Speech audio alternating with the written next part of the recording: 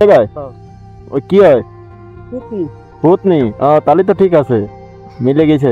Welcome to হৃদয় বাগেরহাট। প্রিয় viewers, আজকে চলে এসেছি চুনখোলা মসজিদে। তো আমার পিছনে দেখতেই পাচ্ছেন একমজ একটি মসজিদ, চুনখোলা মসজিদ। এটা গ্রামটাই চুনখোলা, তাই চুনখোলা মসজিদ নামে পরিচিত।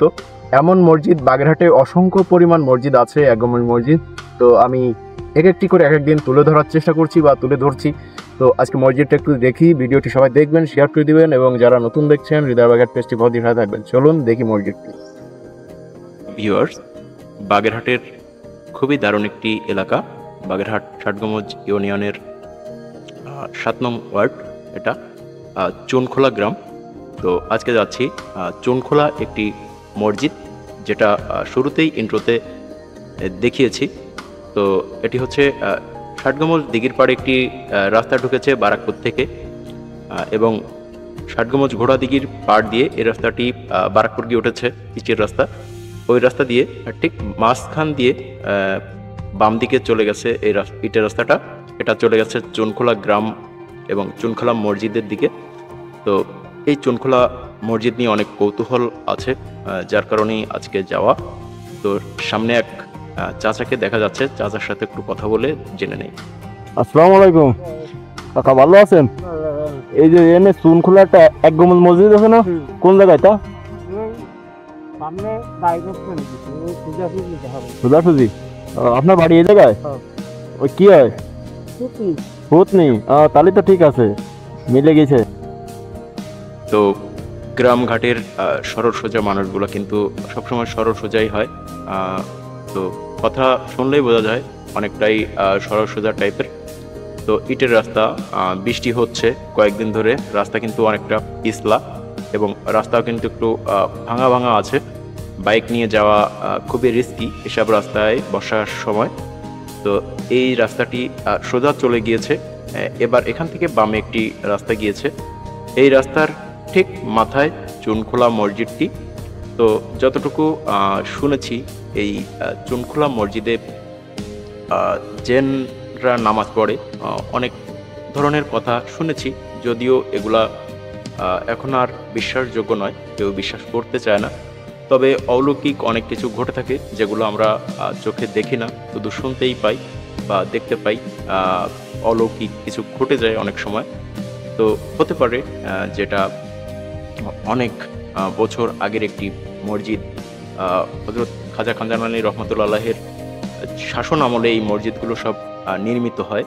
তো ঠিক সেম ক্যাটাগরি বাগেরহাটে অনেকগুলা মসজিদ আছে, যেমন 9 গম্বুজ মসজিদ, 1 গম্বুজ মসজিদ, 10 গম্বুজ মসজিদ, এছাড়াও 60 গম্বুজ সহ প্রত্যেকটি মসজিদের ঠিক কোয়ালিটি সম্পূর্ণ ঠিক একই রকম। তো এটা মসজিদের ভিতরে যে গম্বুজটা সেখানে, তো ভিতরে হয়তো কোনো সংস্কার করা হয় না, সেই পুরনো মসজিদটি যেভাবে ছিল ঠিক সেভাবেই আছে। তো যাই হোক, ভিডিওটি যারা দেখছেন শেয়ার করে দিবেন, তাহলে হয়তো যারা কখনো দেখে নাই এই মসজিদটা বা এই মসজিদটি সম্পর্কে জানে না, তারা জানতে পাবে, দেখতে পাবে। তো যাই হোক, ভিডিওটি সবাইকে বেশি বেশি শেয়ার করার অনুরোধ রইল। এখানে মিনার এবং খুবই সুন্দরভাবে সজ্জিত মিনারটি।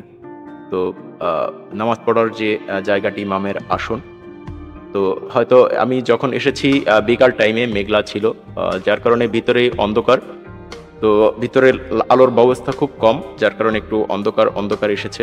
তো বাইরের যে ডিজাইনটা, সেই পুরনো আমলের করা যে নকশা, সেই নকশাগুলো কিন্তু এখনো অক্ষত অবস্থায় আছে, যেটা আসলে বাগেরহাটে যারা পর্যটক আসে বা বিভিন্ন প্রান্ত থেকে বাগেরহাটকে দেখতে আসে, তারা দেখে নকশাগুলো দেখতেই যে অসাধারণ একটা সৌন্দর্য, ইটের তৈরি করা নকশা।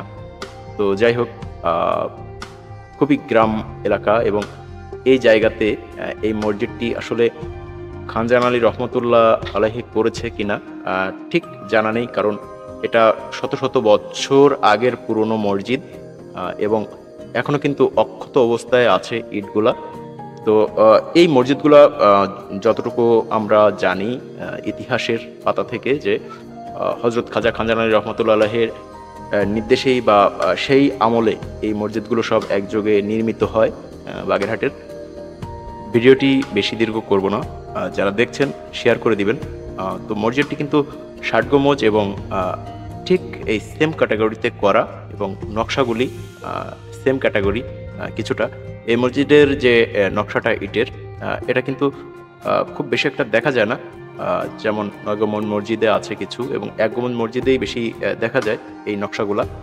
তো যাই হোক, এই ভিডিওটি সবাইকে বেশি বেশি শেয়ার করার অনুরোধ রইল, কারণ হয়তো এই মসজিদটি যে গ্রামে, এদিকে হয়তো অনেকেই আসে না বা অনেক পর্যটক জানে না যে এই মসজিদটির অবস্থান কোথায় বা কিভাবে আসতে হয়। তাই এই মসজিদটির ভিডিওটি সবাই বেশি বেশি শেয়ার করে দিবেন, এবং যারা নতুন দেখছেন ভিডিওটি শেয়ার করে সাথে থাকবেন। তো অনেক অনেক ধন্যবাদ সবাইকে। আজকের মতো বিদায় নিলাম। আল্লাহ হাফেজ। সবাইকে শেয়ার করার অনুরোধ রইল।